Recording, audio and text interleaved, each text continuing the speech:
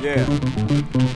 Yo, what up? Alright, so the first thing we're going to teach is always clutch work. Before we do anything, we want people to be able to use the clutch properly without using any throttle or anything like that, so if they make a mistake, they can't get out of control. Alright, now the second thing we teach, the second step of our process is obviously brakes. Now we always focus on the rear brake when we're teaching, just because we find that it's much easier for people to use the rear brake, but also if people use the front brake, we found sometimes they get out of control. So they can twist the throttle accidentally by pulling a front brake on, all that kind of stuff. So we try and make it all on the rear brake. We make sure it's part of their psychology that if we yell out the word brakes, they stamp on the rear brake, and we'll show you that in 2 secs as well. Teach them. So show us how the back brake works. So if you yell out brakes, and I just always teach them, if I yell out brakes, what to do. So brakes, what do you do? Bang.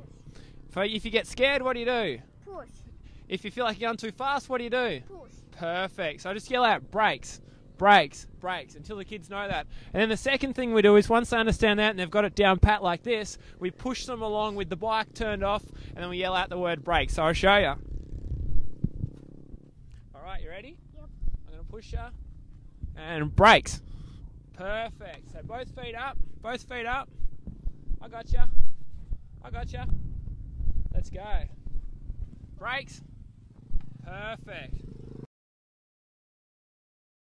Now the third thing that we teach is balance. Now at this point we're still not using any throttle or anything like that. We're idling along, we're holding onto the handlebars in the middle like I'm going to show you in a second, and they're idling along, then we're going to practice using the actual brakes. So we're balancing, then we yell out the word brakes and hit brakes.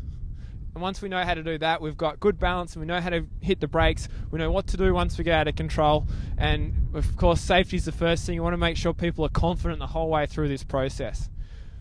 The fourth step of the process is throttle. This is when we introduce a little bit of throttle. Now the first thing I always do is I sit the bike in neutral, sit the person on the bike, and we do a few revs. I want them to hear the bike when it's revving its head off, so they get used to hearing the bike like that. But most importantly, I want them to understand that they need to touch the throttle just a little bit, just touch it just a little bit, and keep it smooth while they're learning.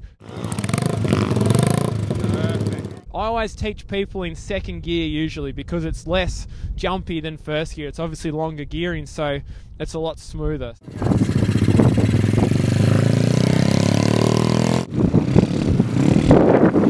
And the fifth and final step of our learn to ride process is always technique. We teach the attack position, correct positioning on the motorcycle, and this is a never-ending thing. Technique is not something that you master on your first ride. This is normally taught once you become a braaap owner and you become part of our lifetime coaching program. We run VIP days where you can come along with the whole group. It's all free, and I teach you everything we know, and one of our coaches and myself will run you through and help you get your technique down pat so you're ready to ride in the bush, on the track, or whatever sort of riding you're looking to do. So 5 steps. First step is always clutch. Second step is make sure you know the brakes. Third step is balance. Fourth step is throttle, and the fifth step is always technique.